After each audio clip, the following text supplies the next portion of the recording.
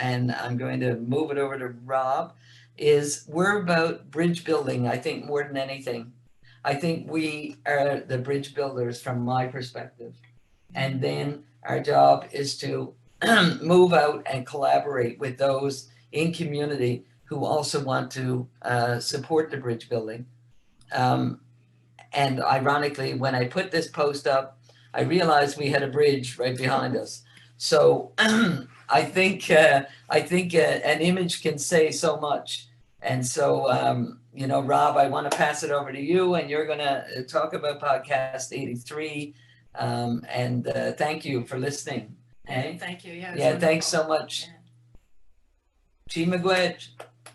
Okay, thank you, both of you, Carmel and Patsy. That was beautiful, and you gave us a lot to think about. You gave us a lot of links, and I hope we will just continue linking like crazy. That's fantastic. I'm now going to Rob for, he's going to speak for about 15 minutes. We are running a little bit late, but Rob is speaking, and I'm just going to read his bio. Robert Snikkar, he told us that he has no MFA, but he makes art. He used to be a computer programmer and analyst, as well as a community literacy worker and teacher of adult education in high school. He grew up in a downtown Toronto working class, multiracial neighborhood, where he learned his early experiential lessons in white privilege and class. He writes that he is not an anti-intellectual, but he is anti-institutional and anti-establishment and has a problem with false authority. You can find some links about Rob on the Google Doc as well, and I'm going to just mute my mic and leave it to Rob. Rob, there you go. Thank you, Petra, and thanks, Carmel and Patsy. What a great presentation. It's so rich of so many activities and connections and relationships you've built, so much art you've made. And thank you very much for letting me be part of that and what I've learned from it. I am going to start sharing the screen in a second with a slideshow, but I will warn you that it will not be dazzling you with audio and video and wonderful graphics. It's going to be pretty terse, it's going to be pretty short, and it's going to focus on collaboration. Before I do that, I just wanted to thank some of the people who will be mentioned in that slideshow. Please let me read. They're not all here on screen at the moment. I don't know if they're in the waiting room or could not make it. Some of them are distant. Certainly, I know Dr. Brianna Palmer from McMaster University is here, and we will see reference to her and her students later in my slideshow. A few other people, a local supporter from the University of Ottawa, PhD candidate Sarah McKenzie, has expressed interest in collaborating in the future with some of our projects. Other potential collaborators, and they will be mentioned in the slideshow, Dr. Yvonne Poitis-Pratt, Associate Professor and Director of Indigenous Education at the Workland School of Education in the University of Calgary, has really given us a lot of support.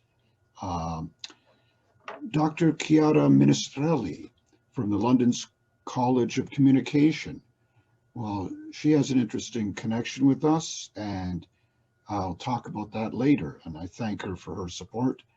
And also Dr. Mary Modine from the University of Dundee, Duncan of Jordanstown College of Art and Design School. She is interested in collaborating on similar projects of Indigenous and non-Indigenous art collaborations, and she conducts such works with her students. Our relationship grew as Carmel and Patsy invited me first to the No Borders Art Festival, and I contributed some art. And then in the second online No Borders Art Festival, I became more involved and presented more of my own art, became more involved with others and more comfortable, and also presented some protest poetry. Later, they asked me up to the teepee at Keon, where Carmel has a bit of land, and they were working on successively 2 different projects on the land and bringing the land to the city. So on the land was where the teepee was erected, and I felt honored. They asked me to help raise some of the poles because I was taller than a couple of the other people around at the time. So I was glad to pitch in, and I felt so welcome with their open and friendly spirits. And it was at the teepee where we first mused about doing a podcast. Later, Carmel and Petra were also kind enough to come out to my exhibition, the Off-White Project, which deals with white privilege.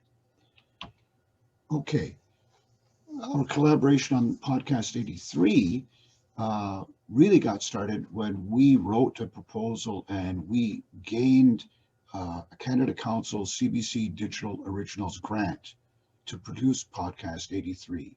It's based on call to action number 83. There was a lot to learn about podcasts, about each other, and about ourselves. And that's the point of that call to action in particular. It brings Indigenous and non-Indigenous artists together in a co-creative process. It creates an intimate and challenging space to learn from each other and to reflect upon oneself. It has been a very rewarding experience of hard work and fun. And I really have to thank my colleagues for putting up with me, as difficult as I can be at times.